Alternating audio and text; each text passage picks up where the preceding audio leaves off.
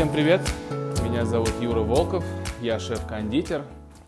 Сегодня я расскажу вам, как приготовить дома тирамису.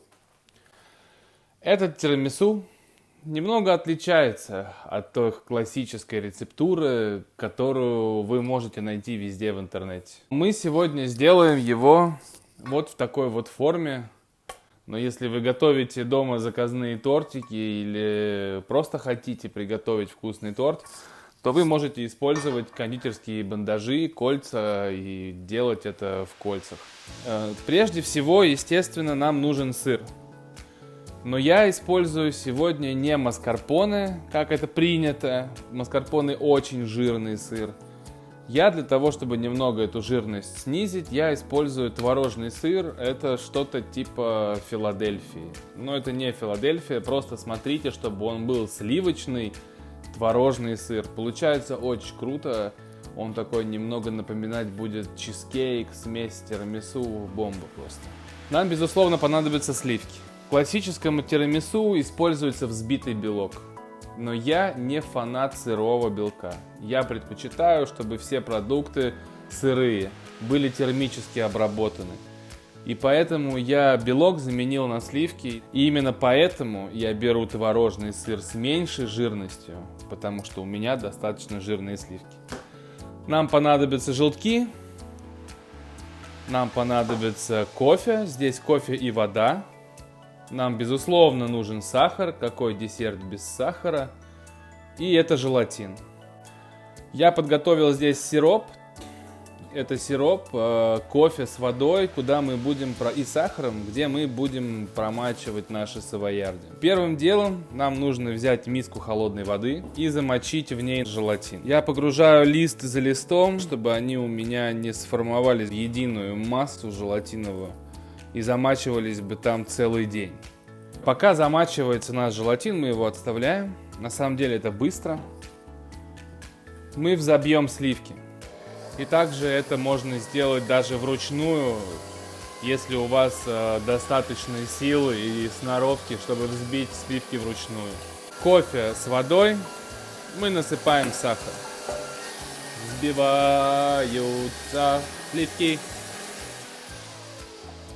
Мы взбили сливки, взбили, как называется, до мягких пиков. Наш желатин замочился. И вот он превратился в мягкую, желеобразную массу. Мы его отжимаем, лишнюю воду. Желатин готов. Сливки взбиты. Теперь нам нужно сливки переложить и убрать в холодильник. Следующим этапом нам нужно подготовить патабомб. Патабомб в переводе с французского это масса для объема. Мы можем прямо в этой диже, да? Все, мы помещаем сюда наши желтки и ставим взбиваться. Итак, пока взбиваются наши желтки, здесь, как мы помним, мы смешали кофе, воду и сахар. И мы это включаем на прогрев.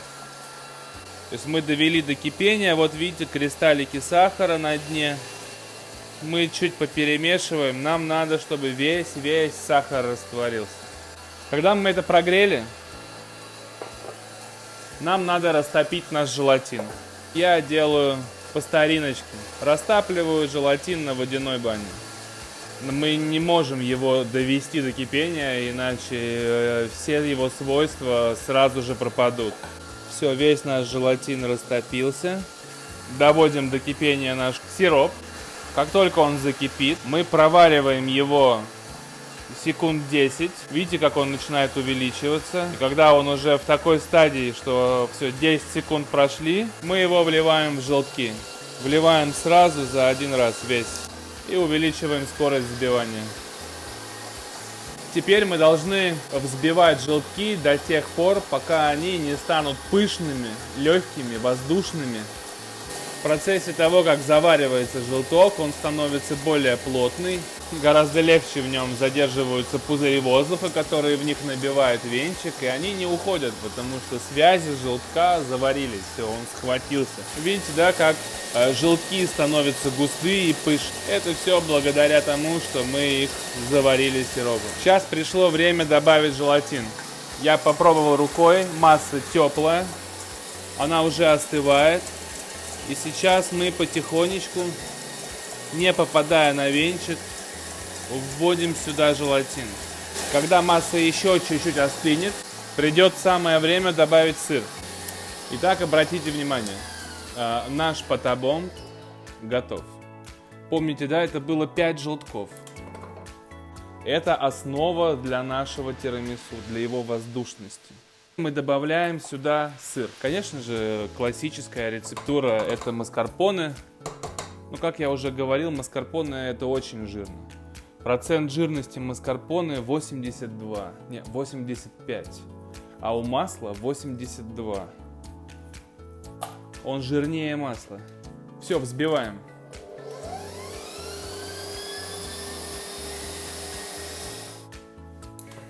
Итак, наша сырная масса с патабомбом готова.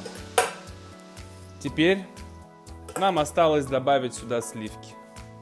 Мы достаем наши сливки. Наша масса сырная готова. Теперь мы добавляем сюда сливки за 2 приема. Показываю как. Мы втыкаем в середину и переворачиваем, как будто бы вскапываем массу. Таким образом мы максимально сохраняем пышность и сливок, и нашего патабомба. Делаем это быстро, сливки холодные, сыр холодный, желатин имеет свойство быстро застывать. Все, масса наша готова. Вот, посмотрите, плотная, такой мусс. И пришло время заняться савоярди. Погружаем печеньку в сироп и выкладываем в нашу форму.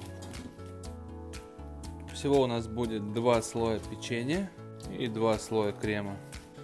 Первый слой есть, выкладываем крем.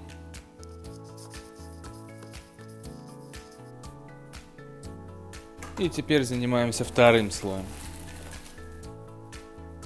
Вообще в классической рецептуре туда идет амаретто, ну либо любой ореховый ликер. Но если у вас будут дети есть, я бы не стал добавлять. Итак, кофе. Итак, они будут у вас неугомонные.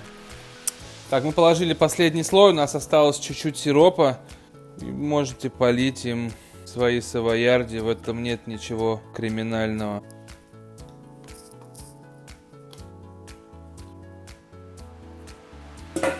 Мы собрали с вами тирамису. Теперь, чтобы он выглядел как тирамису, нам осталась самая малость. Но у нас же тирамису необычный, поэтому и посыпем мы его необычно. Не какао, а шоколадом. Вот так вот мы его укутали. И теперь сверху присыпем шоколадом.